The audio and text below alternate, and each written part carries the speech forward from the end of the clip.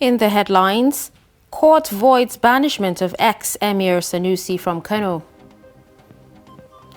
Abuja courts to decide fate of Anambra Soludo governor-elect Chukwuma Soludo on Wednesday.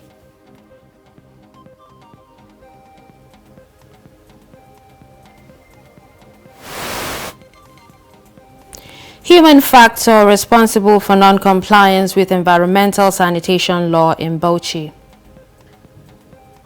And on the foreign scene, thousands of protesters take to the streets in Sudan to march against military rule.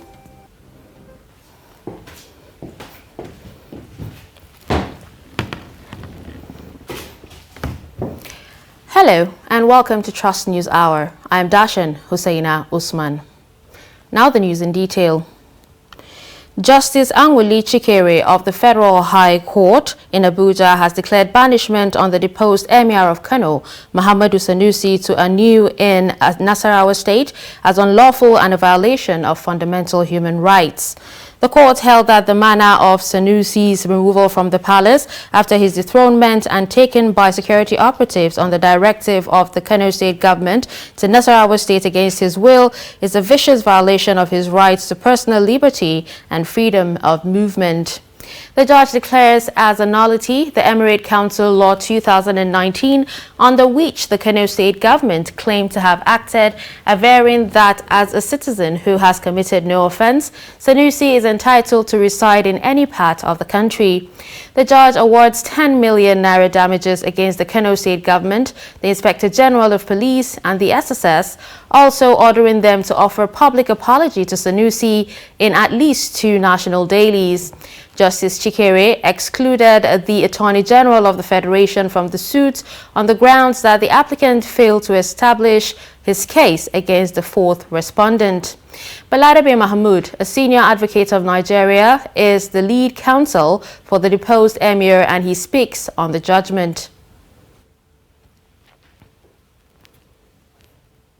Challenging the banishment and the maltreatment, I would say, that was meted against the 14th Emir of Kano following his deposition back in March 2020. So at that time, as you may recall, the Emir did not challenge the deposition, but he did seek an enforcement of his fundamental right, both in terms of the banishment and in terms of the confinement. So the court ruled this morning that that action was illegal and also awarded a compensation in his favor. Well, I think the most important thing is that the court had declared illegal and a violation of his fundamental rights, the banishment, as well as his forceful transportation to away the night following his deposition. So all of that has been annulled in terms of declaring it, unconstitutional and illegal and a violation of his rights. So what the court decided also was that he must be given a public apology as well as a compensation, which I think is a fair outcome. A federal high court judgment in a suit seeking disqualification of the governor-elect and deputy governor-elect for Anambra State in the November 6 governorship election, Charles Soludo and Onyeka Ibezim, has been shifted by 24 hours. Justice Taiwo of the Federal High Court Abuja earlier fixed Tuesday, November 30 for the judgment. The adjustment is contained in a notice in the courtroom, which showed that the judge will not sit on Tuesday as earlier scheduled, hence the 24 hours adjustment of the court verdict. Meanwhile, no reason is given for shifting of the judgment, but the notice apologized to lawyers involved in the legal battle and urged them to bear with the court. Plaintiffs in the suits, Adindu, Valentine and Egudike Chukwebuka, are claiming that Soludo provided false information in the affidavit he submitted to the Independent National Electoral Commission, thus should be deemed unqualified to stand for the election. President Muhammadu Buhari has written a letter to the chairman, Independent National Electoral Commission, Mahmood Yakubu, seeking comments from INEC over the Electoral Act Amendment Bill passed by the National Assembly on November 9. Senior Special Assistant to the President on Media and Publicity, Garba Shehu, who also confirmed the communication, said the President will continue to consult with relevant stakeholders on the matter before the bill is signed. The President, who received the bill on November 19, has until December 19 to sign the bill or communicate to the National Assembly his feelings and comments about the bill. Some of the content of the bill include electronic transmission of results, electronic voting, diaspora voting, and other issues. Nigerian Senate has mandated its Committee on Interior to carry out a full-scale investigation into the causes of jailbreaks across the country. The upper chamber also resolved to summon the Minister of Interior, Ogbeni Rauf Aregbesola, the Attorney General of the Federation, Abubakar Malami, and the Comptroller General of the Nigerian Correctional Service, Haliru Nababa, to determine the status of correctional centers nationwide with a view to finding out the challenges in order to prevent future recurrence. The report. The need to summon stakeholders in the Nigerian Correctional Service formed part of resolutions reached by the Senate this Tuesday.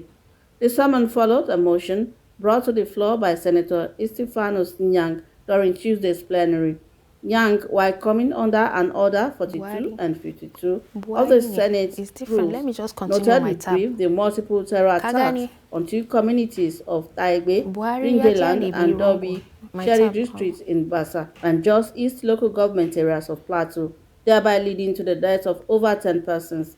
According to the lawmaker, the attacks caused by security breach of the Jos Medium Security Correctional Center was a setback to the relative peace in Plateau North. It disclosed that 9 inmates, including an officer identified as Umar Mohammed, were killed while about 252 inmates escaped during the jailbreak. An update of from the center indicates the following: that 9 of the inmates were killed in the attack. 1 of the bandits was also killed. 1 officer lost his life during the attack. 252 inmates escaped and are now at large. Which story am I taking? 6 persons who are also inmates were fatally injured. 10 of the escapees have been rearrested. Other lawmakers in their contributions blame the state of insecurity in Nigeria on the inadequate number of personnel across the various security agencies in the country.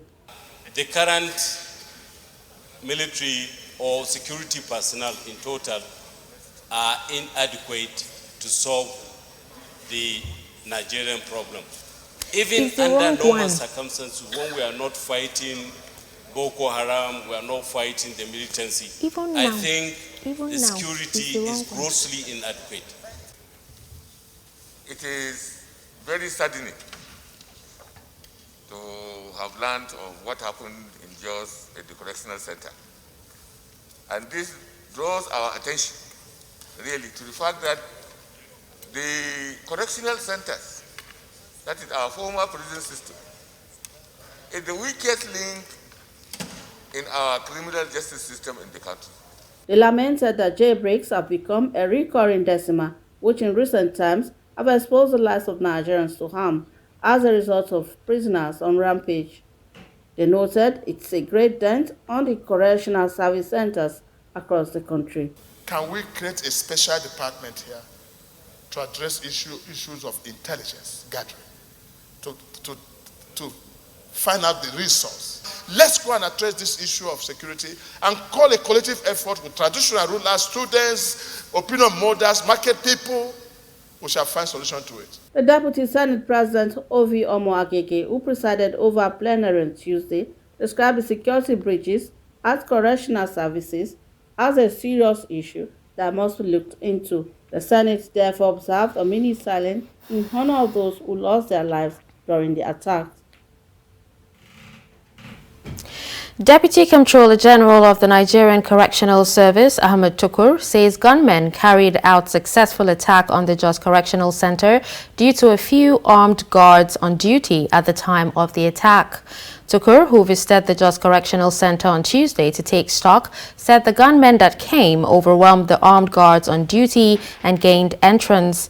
Speaking to newsmen after his visit, he confirmed that about 252 inmates at the Correctional Center in Jos were set free by the gunmen during the attack, which took place last Sunday evening.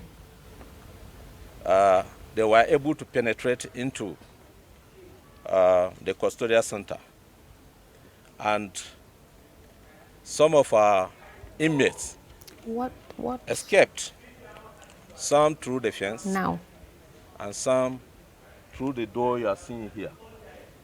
From the door here,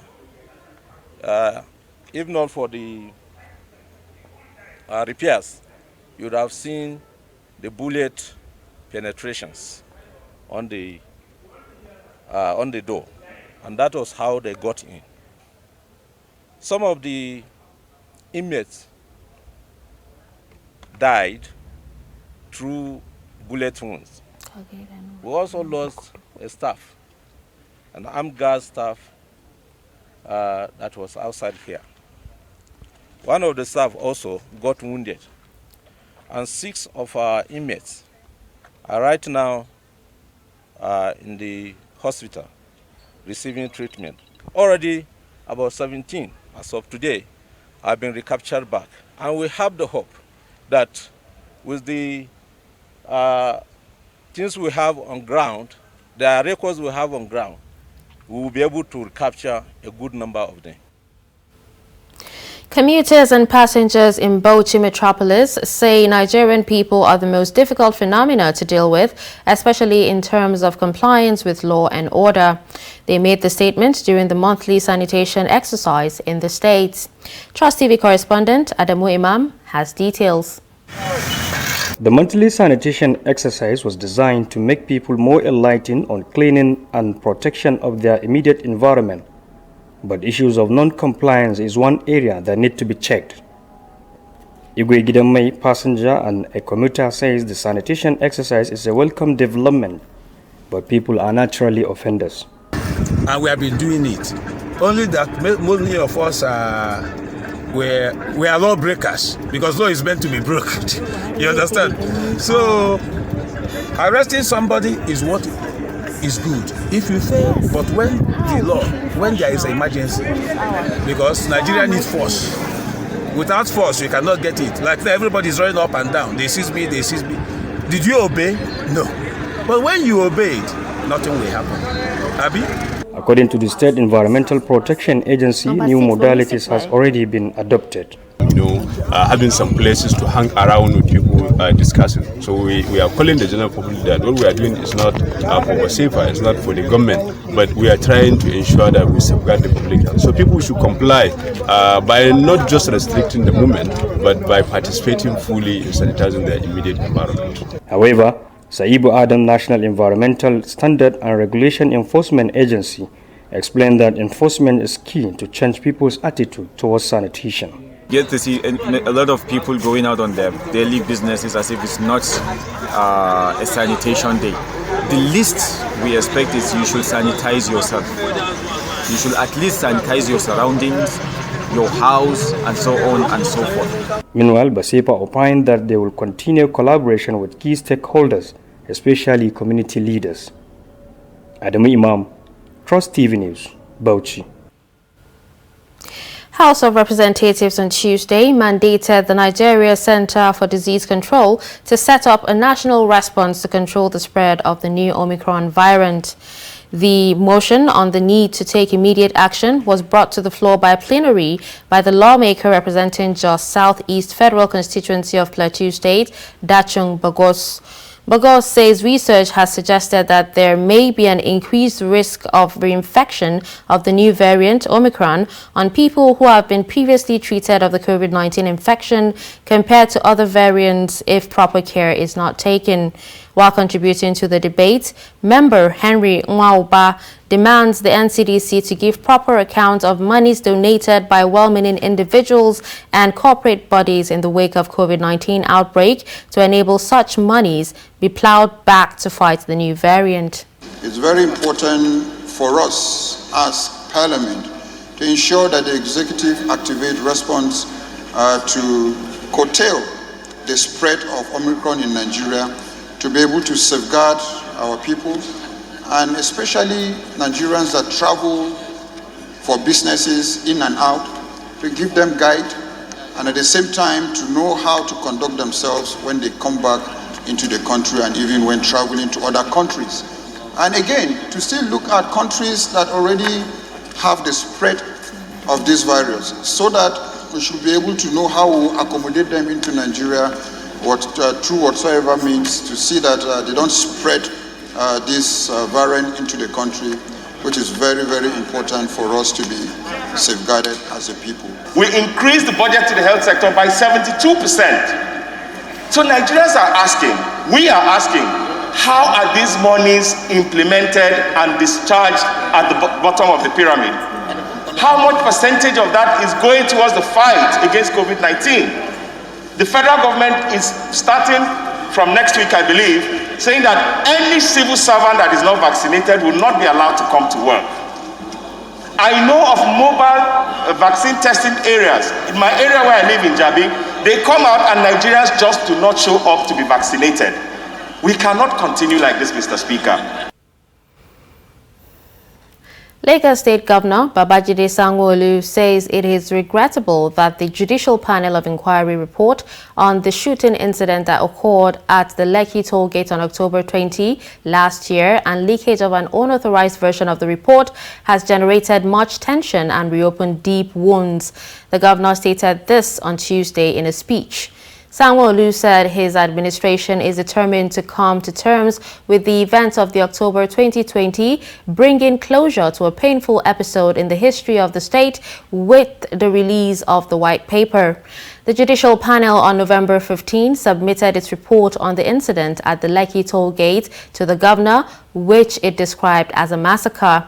In the report, the panel said at least 46 unarmed protesters were either shot dead, injured, with bullets or assaulted by security forces at the Lekki toll gate.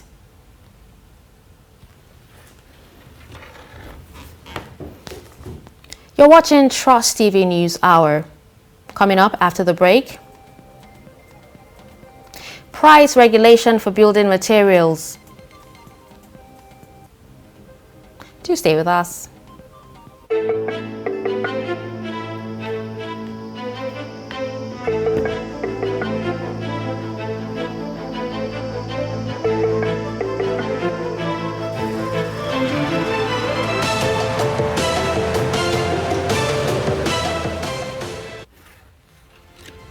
Get latest updates on current topical issues and breaking news by downloading the Trust TV mobile app on your Android devices. Go online, click Google Play Store, search Trust TV, install the app, and get doses of unfiltered information on happenings all over the world in your pocket. Trust TV, documenting the Nigerian story.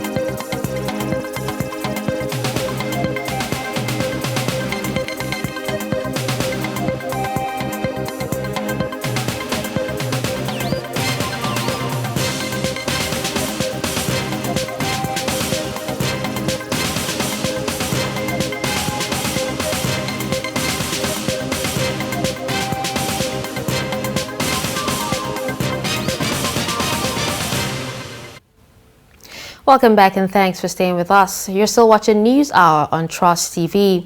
Here's a look at some of our top stories. Justice Anwali Chikere of the Federal High Court Abuja has declared banishment of the deposed Emir of Kano, Muhammad Sanusi, to a new in Nasarawa State as unlawful and a violation of the fundamental human rights.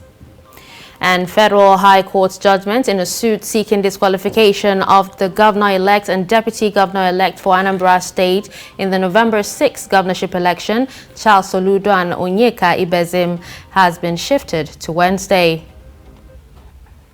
To more news, Chairman and Chief Executive Officer of the National Drug Law Enforcement Agency, Buba Marwa, says the agency mopped up over 3 million kilograms of illicit drugs and psychoactive substances in the country between January and November this year. Marwa, represented by the Secretary of the agency, Shedrack Haruna, stated this in Abuja on Tuesday during the public destruction of 20,000 kilograms of assorted illicit drugs seized by the Federal Capital Territory, Abuja, and Nnamdi Azikiwe International Airport Command of the NDLEA. He said following the change of strategy, the agency arrested 10,355 drug traffickers, over 5,579 drug users counseled and rehabilitated, while at least 1,000 have been convicted and are in jail. President Muhammadu Buhari has presented Public Service Integrity Awards to 3 Nigerians who have shown exemplary acts of integrity by shunning corrupt practices in their field of work. The president honored the recipients at the 3rd National Summit on Diminishing Corruption in the Public Sector, organized by the Independent Corrupt Practices and Other Related Offences Commission in Abuja. The report. The recipients are Nelson Okoronkwo, Deputy Director, Legal, Federal Ministry of Information and Culture, Muhammad Ahmad of Narcotics Department, National Drug Enforcement Agency, and Ikenna Nweke, a PhD student in Japan. Okoronkwo was honored for recovering billions of naira from illegal schemes in the agricultural sector in silos and fertilizer projects. He also headed committees that exposed 462 illegally recruited staff in another ministry, thereby saving the government billions of naira in salaries and emoluments. Ahmed was honored for refusing a bribe of $24,500 to overlook a drug deal, while Nweke got the honor for recovering a huge sum of money in Japan and returning it to the government. The president extolled the virtue of the 2 workers and Nweke, the student who joined the event virtually from Japan. To recognize and to present the 2021 Public Service Integrity Award to Mahmoud Tukur Ahmed, Assistant Commander of Narcotics, NDLEA, for being a man of integrity and worthy fighter against narcotics, and Mr. Nelson Oji Okoronkwo of the Federal Ministry of Information and Culture for consistent display of integrity. I am also happy to note the ICPC Special Award to Ikenna Stephen Nweke, a Nigerian PhD student from Imo State studying in Japan. In an interview, Okoronkwo expressed appreciation for the honor and urged all Nigerians to shun corruption. Similarly, Ahmed, the second recipient, thanked the president and ICPC for the honor. One day they will be caught up. One day they will be caught up. There is no hiding place, especially with this administration.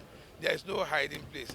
My advice is that quit before you are caught, because the consequences will be grievous. The arms of the law must go after them. My advice for them now is to discontinue and quit and then fall in line, especially with this administration.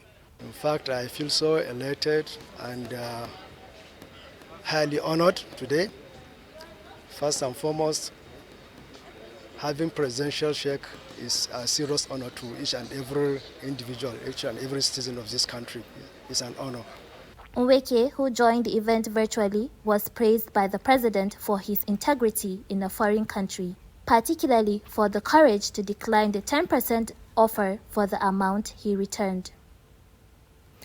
Road traffic officers of Nigeria, otherwise called VIO, have converged in Abuja for the annual conference for directors and chiefs from the Federal Capital Territory and 36 states of the Federation, with a focus on key issues like effective driver's education and road traffic law enforcement. Madia Umar reports. The conference brings together all the directors and chiefs of road traffic officers in the 36 states of the Federation and the FCT to exchange ideas, improve on areas earlier realized to be requiring adjustments, and also review enforcement mechanisms to ensure compliance, adherence, and observation of rules that govern the roads. It's about the traffic management, enforcement, and driver education, which are two critical areas when you are talking about the issue of safety of road traffic management in Nigeria. Chairman, Nigeria Transportation Commissioners Forum, Rahmatu Muhammad Yaradua, speaks on general appraisal of public feedback and the discharge of duties by road traffic officials. We're trying our best to look into every matter, but then it is very, very important for every state to have a legislative backing.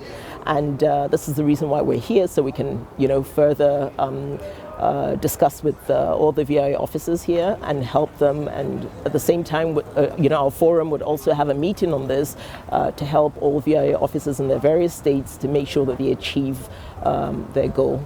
National chairman of the conference encouraged road users to apply safety measures during these Ember months. They should not be in a rush to go to anywhere. They should take it jeje, and gradually they're going to be there. Because one of the cardinal points of this year's conference is to ensure that at the end of this year, come January 2022, nobody will issue a life-saving documents like roadworthiness to any vehicle they have not seen. Neither would anybody who will sign or authorize the printing of a driver license when you have not tested the person. The conference is attended by relevant stakeholders in the transportation sector. Martia Umar, Trust TV News, Abuja. The Union of Plaster of Paris Workers in Nigeria has called on federal government to regulate the price of plaster of Paris materials in the market. The workers made the call at the National Congress of the Union with the theme coming together to speak with one voice in Abuja. We are crying. We want to cry to the federal government to come to our aid, where we can sit and dialogue with those that are importing the materials. Before anything will be done, any rise of price will be done there, let us know. The only way we know we can cry to federal government is to have that license, put ourselves together, have this union so that the federal government can sit with us, hear us, and come to our aid. We are trying to put our head together so that we can make something which everybody will benefit in future. This thing is not something that we rush into it, but we encourage people, more people should come in and join us so that we can make it. As a group of POP workers, we are very honorable members in the society. Those who do not know the meaning of this profession should know that without us, there will be most houses will not have the beautification. And the message I'm passing out to my other colleagues, it is for us to come together as one family under one umbrella so that our profession will be well respected in the society. Members of the National Assembly have been tasked to fast-track the passage of Gender and Equal Opportunity Bill with a view to stemming the rising cases of violence against women in the country. The task is handed down at a global campaign tagged Orange the World, End Violence Against Women Now, at the Shehu Musa Yar'Adua Center in Abuja. Trust TV's Shafi'u Suleiman reports. A resounding call to Nigerians to stop gender-based violence now as cases of abuses rise. Lead speaker at the forum, Bisi Adeleye Faimi, advocates the need to address existing cultural and structural impediments against the campaign.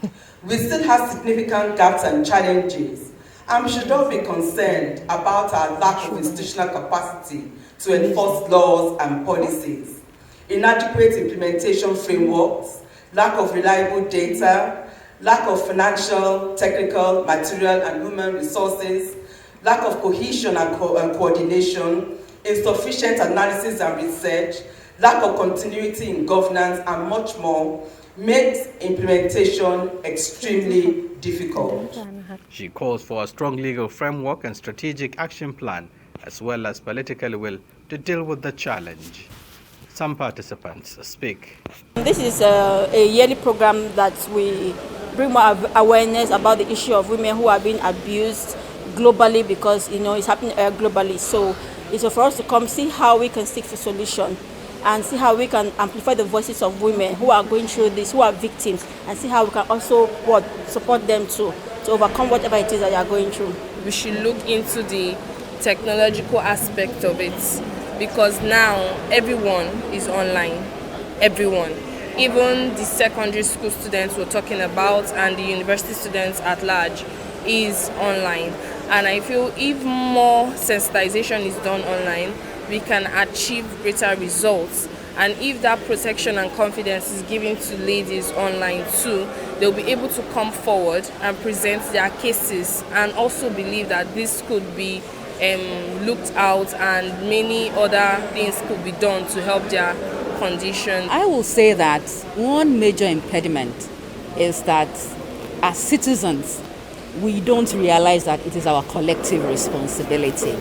We believe that if it's not happening to me, there's nothing I can do about it. I really should not get involved. So that for me is the key impediment. It's about us not aligning ourselves, our values, with what is happening to women and girls all around Nigeria. The event, tagged Orange the World, End Violence Against Women Now, marks the beginning of a 16 days vigorous campaign against the act by critical stakeholders. Shafiu Suleiman, Trust TV News, Abuja. In the same vein, some non-governmental organizations are calling for the creation of a special court that will treat cases of gender-based violence and sexual abuse, as well as sanction stiffer penalties for perpetrators. Port Harcourt-based groups, National Association of Sea Dogs, International Federation of Women Lawyers, and International Elite Women Initiative said since 1 in 3 women and girls aged 15 to 24 experience gender-based violence and delay in justice delivery is fueling the menace.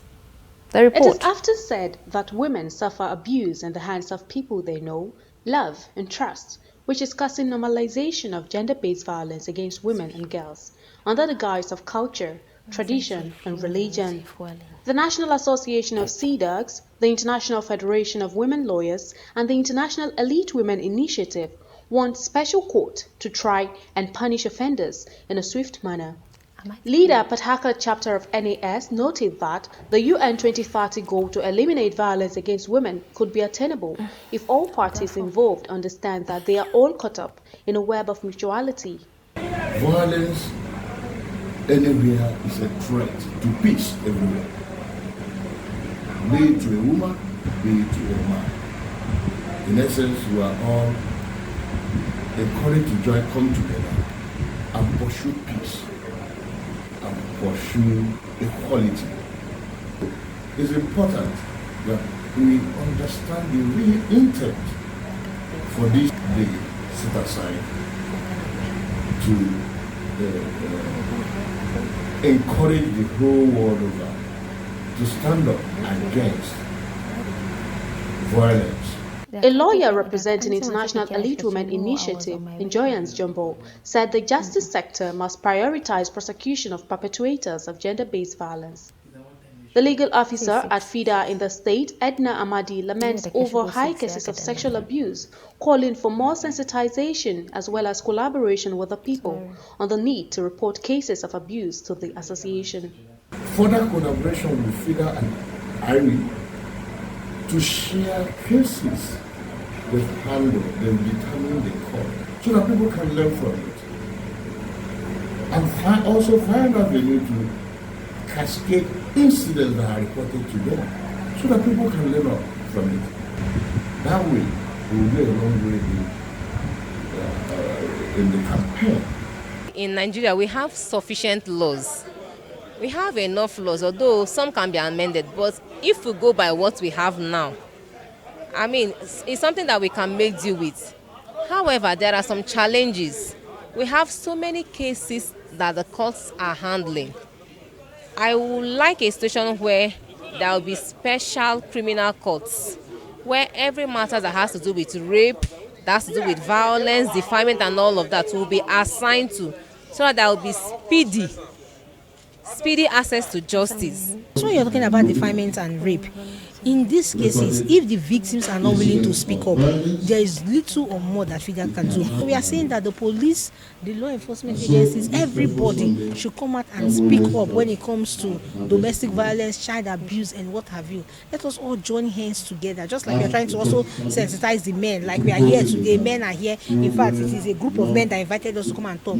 At least we are telling them, and we believe that as we talk to them and they hear, we are praying that they will stop all these issues of domestic violence, child abuse. So if we continue to do sensitize not just the women, even the men, we are believing that there will be an end to it. The groups urged people to stop naming and shaming victims in order to create an enabling environment for them not to be afraid to speak out against gender-based violence. You're still watching News Hour on Trust TV. We'll be back after this break. Stay tuned. Get latest updates on current topical issues and breaking news by downloading the Trust TV mobile app on your Android devices. Go online, click Google Play Store, search Trust TV, install the app, and get doses of unfiltered information on happenings all over the world in your pocket. Trust TV, documenting the Nigerian story.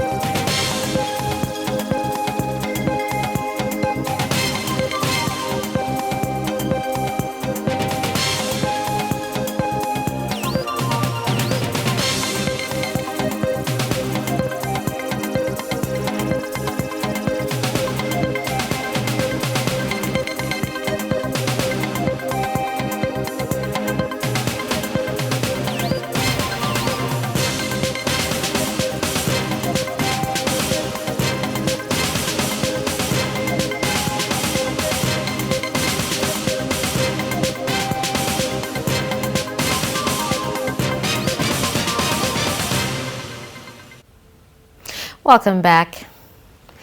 Still in the news, President, Institute of Chartered Accountants of Nigeria, Comfort Eyitayo, says that trust in governance remains a prerequisite for economic growth and development of the country. According to her, the purpose of the conference is to hold conversations that will enhance the accounting profession and reposition professionals for greater impact in society. Dr. Abdulrasheed Balogun, Chairman ICANN Abuja and District Society, says the annual conference will help to ensure accountability between leaders and the citizens. This is the time we meet annually for accountants, and particularly this year we are interrogating a very, very important thing, which is trust in governance. We have so many topics that are germane to emerging issues in our national economy that everybody will be interested for us to jointly form decision and farm a way out of these problems that we're having or challenges, so that we can provide solution for our economy. A well thought of solution to Nigerian problem. A well thought of solution to the distrust between the government, between the other governance. It's not just government issue alone, even enterprises and corporations. We are taking it as trust in governance, not trust in government. All leaders, every sector of the economy, there must be trust between leaders and those that are led, for there to be a symbiotic relationship between the two, so that we move forward. This conference is an avenue for us to come together and network and relate and interact, all ICANN members. the theme of the conference is Trust in Governance. It is a theme that will explain the concept of trust in governance, the need for leaders to be held accountable, the need for leaders to be transparent, the need for leaders to display attitude that will guarantee the trust of the citizens of the country. At the end, the outcome will support and promote economic growth and development. It will tell us how our leaders can really involve in transparent governance. It really assists in promoting accountability. It will assist in promoting probity.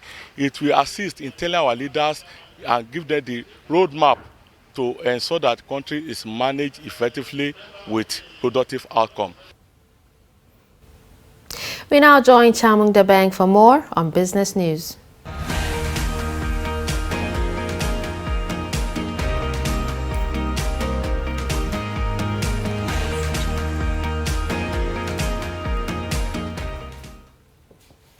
You're welcome to Business News on Trust TV. Please, Nigeria Immigration Service NIS has dropped its projected passport revenue from 27.18 billion naira for 2021 to 1.03 billion naira for 2022.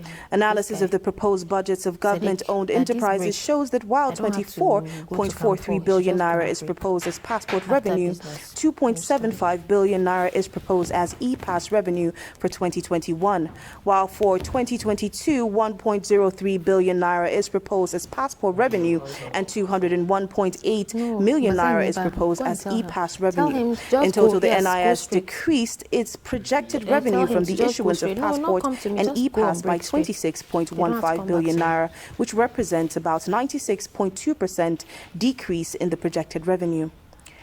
Nigeria, alongside some other African countries, have sealed trade-related investment deals worth $42.1 billion at the recently concluded Second Intra-African Trade Fair IATF 2021 held in Durban, South Africa. According to the IATF Advisory Council, the figures captured additional data submitted by trade promotion agencies of Algeria, Nigeria, and South Africa. The fair, which was organized by African Export-Import Bank, Afrexim Bank, the African Union AU, and the African Continental Free Trade Area AFCFTA Secretariat Council noted that the value of trade and investment deals is the outcome of over 500 business deals concluded during the fair.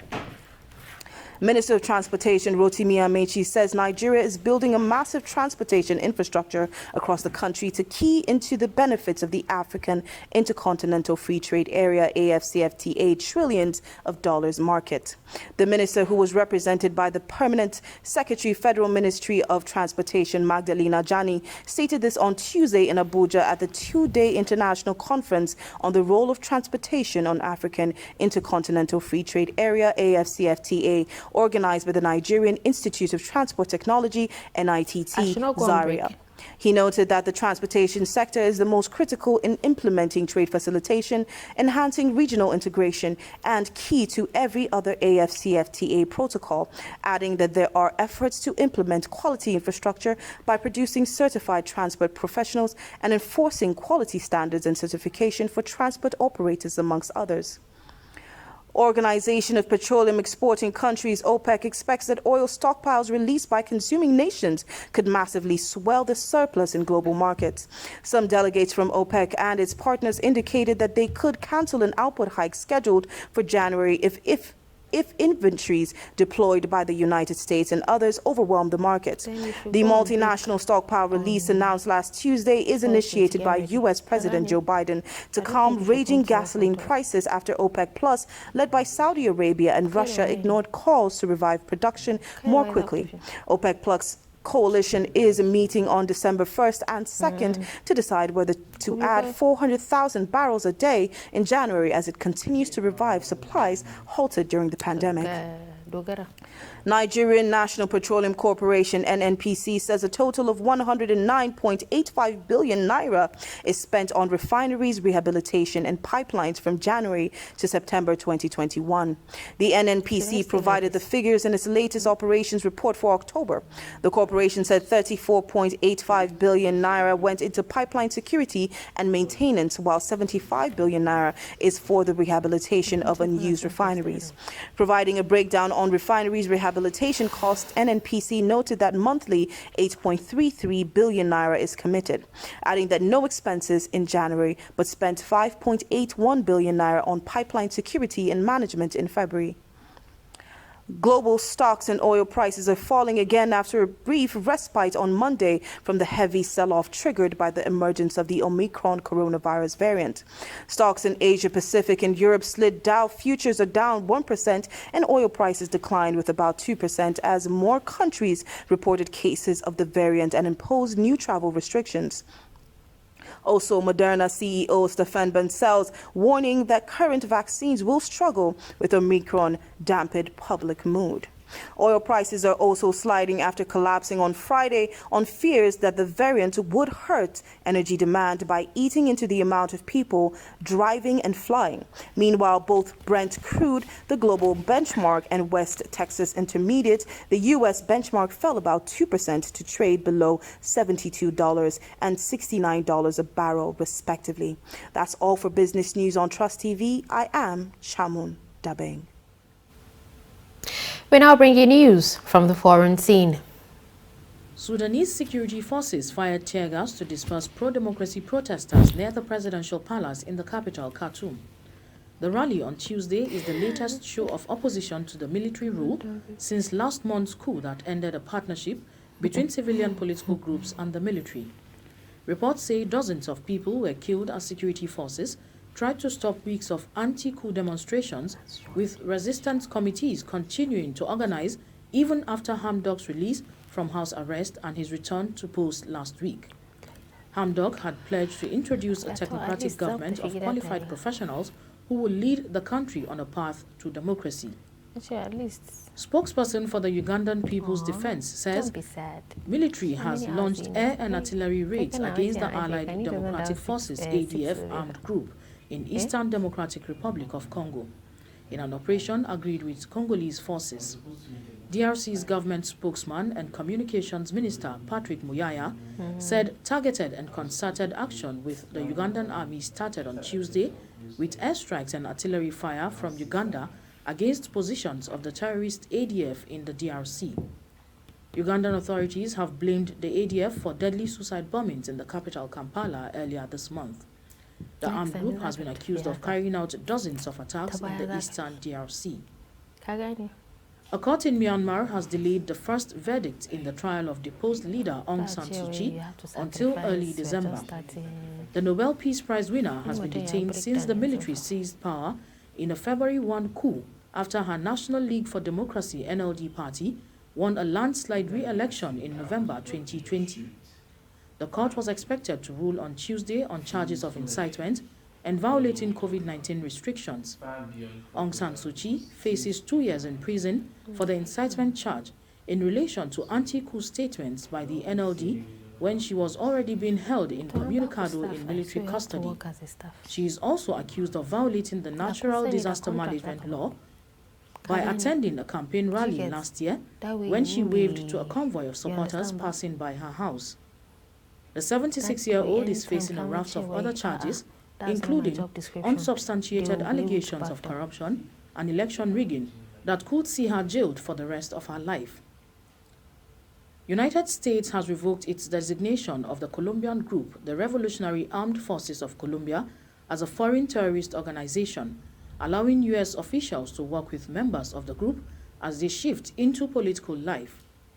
In a statement, U.S. Secretary of State Antony Blinken said removing the terrorist designation will make it easier for the United States to support the implementation of the peace accord, adding that former FARC rebels who rejected the peace agreement and FARC splinter groups that continue to use the group's name would remain under the designation.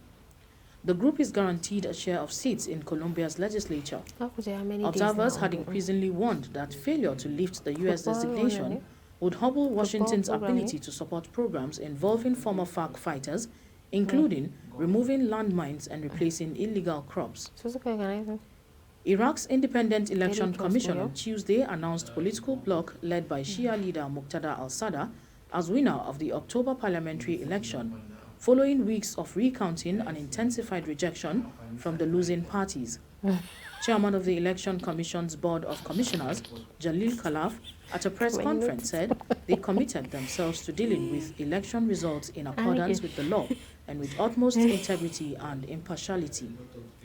The results reconfirmed the win of Al-Sada, a prominent Shia cleric whose political bloc, the Sadrist movement, won a total of 73 out of 329 seats in the incoming parliament. And finally, on the international scene, Dutch authorities say the Omicron variant was already in the Netherlands when South Africa alerted the World Health Organization about it last week. The Dutch announcement further muddies the timeline on when the new variant actually emerged. Previously, Dutch authorities said they found the variant among passengers who came from South Africa on Friday, but these new cases predate that. Although it is still unclear when or where the variant first emerged, that has not stopped wary nations from rushing to impose travel restrictions, especially on visitors coming from Southern Africa. Those moves have been criticized by South Africa, and the World Health Organization has urged against them, noting that their effects are limited. Let's join Adenia Jishafe with latest sports news.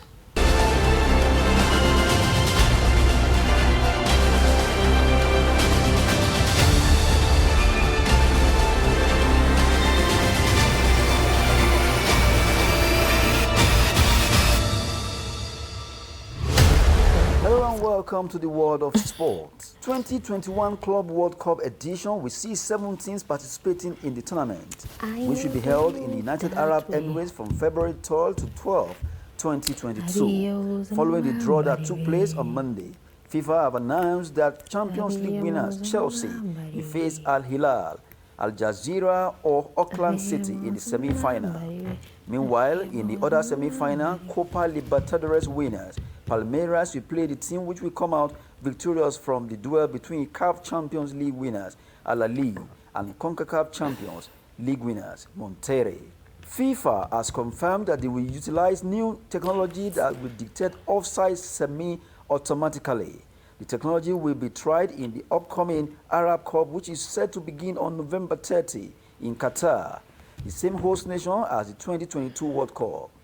FIFA Director of Football Technology and Innovation, Johannes Hosmuller, says the limb tracking data extracted from the video will be sent to the operating rooms and the calculated offside line. The detected kick point will be approved to the replay operator almost at real time.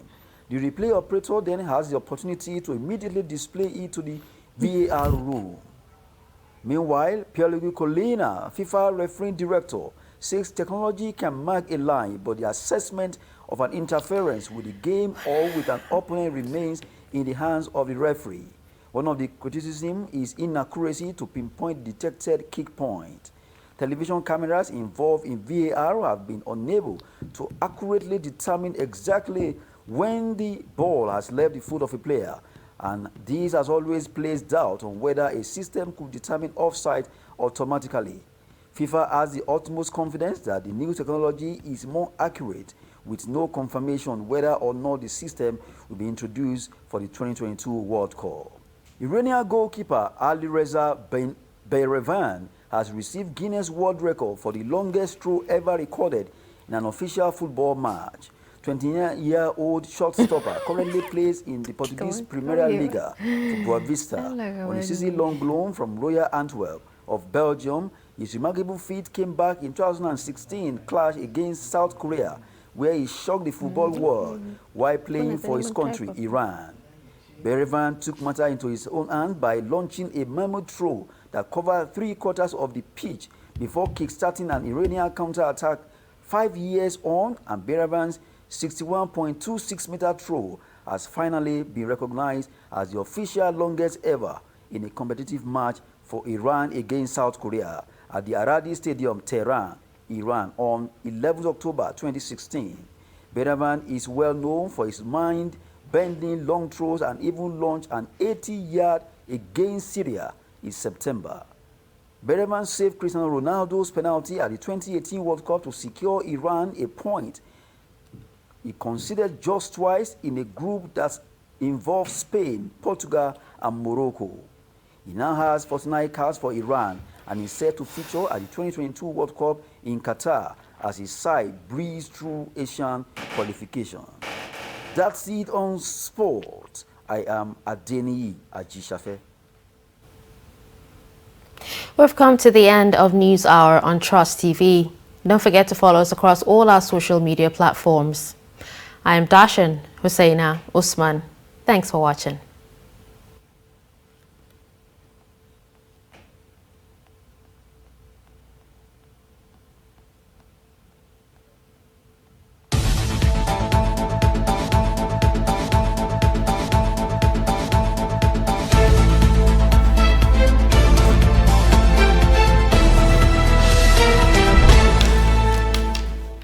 Help me.